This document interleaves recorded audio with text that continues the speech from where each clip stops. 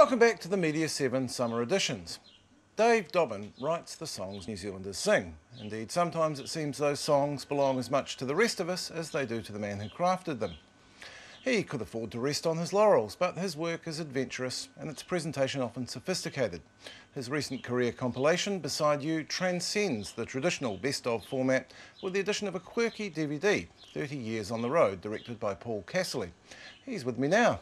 Dave, welcome. Hey, Russell, now, good to let's start with 30 Years on the Road, because I rather loved it. It looked like it was fun to make. It was indeed. It was we had a short little road trip, but Paul Casserly had done such a great job of, I was familiar with his work and we were kind of friends anyway, you know, and we clicked. And he has a lovely dark humour that I'm attracted to. And yeah, when he put that together, we just, it was, just to get it in context, having to go through my back catalogue for the whole year anyway to kind of get this whole thing together. It was a case of looking back, but then just looking, I suppose, at how far I'd come in terms of, you know, the experience of being on the road. You know, there's so many levels on which I appreciate it now that I never would have dreamed that I could. Because you know, there's that days. quite nice sense of it in there, of you going through your back pages at the same time as we're seeing it. Yeah, there is a bit. and I was slightly afraid of that whole process, but I found it actually quite healthy. I didn't find it, you know, particularly nostalgic or anything. We didn't kind of wallow in any of that, and we had some hilarious moments, you know, going through the archives and. Well, that visit to the archives is pure Paul Casserly. It is isn't indeed. it? It's his favourite place in the world. It is indeed. Yeah, it is. I just had no memory of it, of actually performing. Who was that guy? And they pulled out some stuff that I'd completely forgotten about, and Dolores was her name, taking care of the archive, and you know, I tried to get some things destroyed, but no. They're definitely conservatives down there. One of the ones that struck me was the music awards. I can't remember what year it was, where DB Smash won everything. Yeah. I had no idea that both David Longy and Robert Muldoon were on stage making awards that night. It's amazing, it's eh? quite, I don't know actually how they quite figured the that one out. I've been allowed to present two of them, and they're going to go to the same person, Pat Seeriger, and that's great.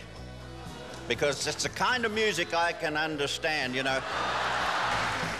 Some of the other stuff's a little bit too subtle for me. As long as he was in opposition then, and I think I made a quip at the time, how does it feel to be opposed? And he came straight back at me with, oh, there's a fraction too much friction, you know, so... Yeah. Wrong band. He always thinks on his feet, wrong band, but he thinks on his feet, and yeah, and Muldoon was his, you know, predictable self. Did you enjoy that sense of being able to tell your own story rather than being interviewed again or having a program made about you? Yeah, I think our intention was to talk to a couple of people and get them talking, so I didn't have to, you know, do too much really. But it wasn't that. It was more kind of getting it in context on a provincial sense, I suppose, travelling around New Zealand. That the road is just as long as anywhere else as it would be, and it never ends. You know, so it wouldn't matter where I was. The road would be just as long, and. You know, I find complete delight in that, and hopefully some of that came through. You know, so to be able to sort of remember stuff, you know, take it all with a grain of salt rather than you know. Yes, it was important to sort of get a bit of a different twist on it, if you like, and I think having Paul Casserly doing that was an inspired idea. Don't know who came up with that one.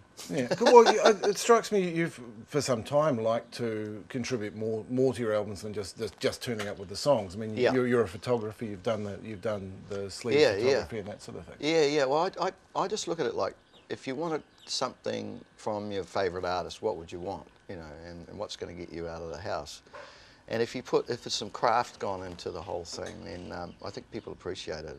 And it gives something a value, you know, that it deserves, because people hold the songs dearly to their hearts. So you have to hold the, you know, the delivery of those performances. You know, you've got to stand up to And up to that, of course, have yeah, in respect for terms of those songs, there's a phenomenon that you're all too well aware of, is that we take your songs and run off and have them mean something else altogether. I mean, Oh, Loyal entirely, is, yeah. is a bleak song about a relationship breaking up, and all of a sudden it's a national anthem. Yeah, yeah, it's bizarre, isn't it? It's funny. It's the way, I was thinking of that the other night, it's a way, and I wrote that song at the same time I wrote Language, and they're both about, you know, that relationship thing where you've kind of reached a T intersection and you have to figure out how you, whether you both go left or you both go right, and they're both, you know, songs where there wasn't a lot to say, but just how you know, how you felt and what you could offer. Yeah, the tongue-tied songs, I think both of those, and they both ended up being really, really popular. So it's kind of weird. You can't really pick them sometimes. So. I quite like what Russell Bailey said about Welcome Home. It's regardless of what it's actually about, there's an emotion that's captured in there that's portable. Yeah, I was pretty moved about that. The fact that his own experience with his father's funeral and stuff, that was very moving. On the other hand, Welcome Home, it is portable, and it's portable in any situation. It can be a goodbye song as well, you know. So I did go into that song with the intent of I knew it had to. I talked about it in the book, the songbook that I wrote, that I had to have a song that was as emotionful as Now Is the Hour, for instance. That's a great comparison. So it's a big ask. Yeah. It's a big ask, you know. But I think it had to have that kind of adaptability. It played that role in 2006 at the dedication of the New Zealand Memorial in London. The footage from that's on the DVD. Big, strong soldier. Lip trembling, trying to hold back the tears. Yeah, well, I couldn't look at anybody because I'd flown up with the whole contingent. So there were all the vets, 32 vets and their minders and the Meds, Air Force, Army guys. So I got to know them all and loved that experience very much. And when you're travelling like that, bunny hopping around on a 737, stopping to refuel in Penang, Bahrain, Crete, and all of that, you know. In fact, we were in Crete, flying out of Crete. One of the oldest guys on the plane was 92, and his regular daily medical took less time than anyone else's. You know, he was as fit as a fiddle and sharp as a tack, and he was one of the last men to retreat out of Crete. And it was a huge tragedy for the Allied forces to lose so many men at that point. So there were a lot of New Zealanders and Anzacs went down big time. In fact, we were pretty much cannon fodder for the British at that point.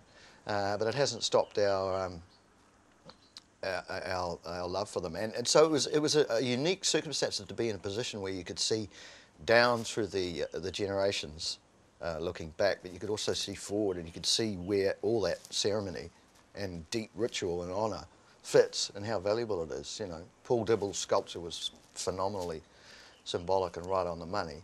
When the Ngāti Ranana came bursting through in -2 degrees. Half nude in their grass skirts coming down at us. The whole crowd gasped in horror, as you do it with a haka. And but I think that there was. I couldn't look at the vets because if I had, I would have lost it and burst into tears as well. The whole moment was full of such you know, tears of joy, tears of all kind of tears, you know, indescribable really, yeah. So there was a solemnity there that I'll never forget. And I think it kind of set the song free in a way, to become something else as well, you know. But the song has a separate political dimension as well. It does indeed. You appeared on stage with Ahmed Zawi singing it. Yeah, yeah. I felt very strongly about that, in that, you know, as soon as I read about Ahmed's story, you know, for anybody to be 10 months in solitary confinement in this country, you know, I've got 2 children. I don't want my children growing up in a country where we keep people detained without a charge in solitary confinement for 10 months and in prison for 2 years, away from their family for even longer. I don't think anybody on the planet deserves that. I mean, Pol Pot wouldn't deserve that, you know. I mean, the kind of people we are, we're very welcoming and peaceful, you know, God willing, there's no shots being fired between us. So I think we've managed to settle matters, even the complexity of the, you know, treaty matters, etc., and all things Pacific. I think we've got a lot to offer the world in our handling of peace. And but then on the other hand, to have a government that that ignored a man's human rights and freedom in such regard, I couldn't help but leap on it. And timing was perfect. Yes. Talking about kids and generations, you've spoken before about being the kid in the 60s, catching Motown tunes and the Beatles on the radio when you could, and that being what started that love for music. Yeah. If you were that kid again now, what do you think you'd be doing? Would you be all over the internet? Yeah, definitely. I'd be all over the internet, and I'd be sourcing music that I love. I'd start with Bob Dylan's Theme Time Radio Hour, and I'd go back through all American roots music as far back as I could and I think making that journey is a worthy one, because you, particularly for me, the roots of rock and roll and the roots of a lot of music is all out of struggle, and it's all out of you know, the insistence on peace and hope and love, you know, the declarations of love amongst all that struggle. And that to me is immensely appealing, and always to me the definition of rock and roll really is you know, there's the decadent side of rock and roll, which everyone's, that's almost like another what do you call it, another paradigm compared to what it really is. What music really is for people is a lifeblood that has nothing to do with those indulgences particularly. It's more about the actual, you know, the passion and the soul of it all. It far outweighs it all. I think that's what makes people, you know, live in hope in music, and that's what all draws us to us. But I think, you know, today, being able to zero in on what music you want and find out what band's playing where and who's that, and you know, there's a lot more stuff out there. There's a lot more crap out there, but there's a lot more amazing stuff out there, and you can become you know, an ardent fan of a band across the other side of the planet. And I think that opens a lot of doors for people to be able to travel around the planet and play their music and get consistently good audiences on every level. And that's exciting. So just finally, how do you see yourself today in that environment? You're the guy with the guitar who's you seem quite comfortable in the digital age though. Yeah, I am. I love the toys. I'm a Mac person, mad about Macs. My family, we're always staring at screens.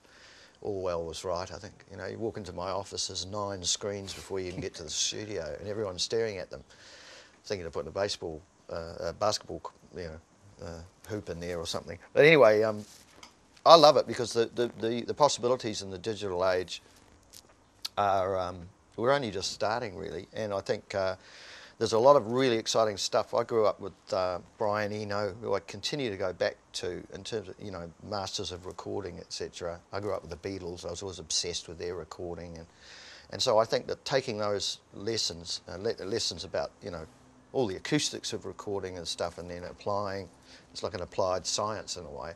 But to be able to think filmically about making music and not non-linearly is an extremely exciting thing. So I revel in that. And, you know, this year, in fact, I'll be doing a recording that sort of dabbles in a bunch of that. Good to hear. Well, keep on making stuff. Yeah, I will. I'm glad you've got the tools, Dave. Well, thank you to Dave Dobbyn, whose national winery tour with Beck and Boronga, Tim Finn and Shay Fu launches at Ascension in Matakana on February 5th. And, of course, there's also Beside You. Thanks also to Roger Shepherd, Damien Vaughan and Cameron Bennett. That's all for this show, but we couldn't let Dave go without a song. Take it away, Dave.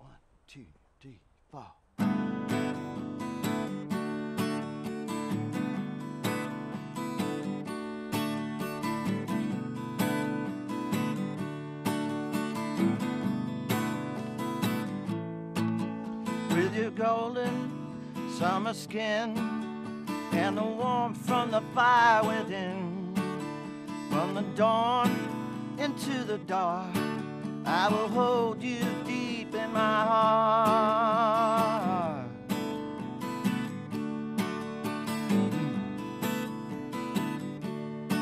And when I hear you sing along with that never-ending song, I'm taken by your love to that room right up above. Look how long it's taken you to arrive in this town. Look how long it's taken you to arrive in this town. In this town. Look how long it's taken you to arrive in this town.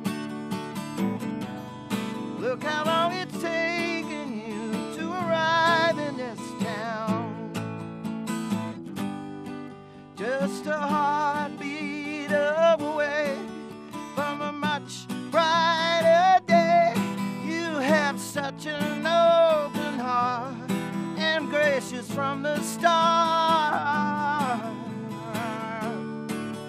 Oh yeah. Now when the world flies away and I got you here to stay, let me love you to the core, and the two of us can soar. So how long, look how long it's taken you to arrive in this town. Look how long it's taken you to arrive in this town. Yeah. Just a heart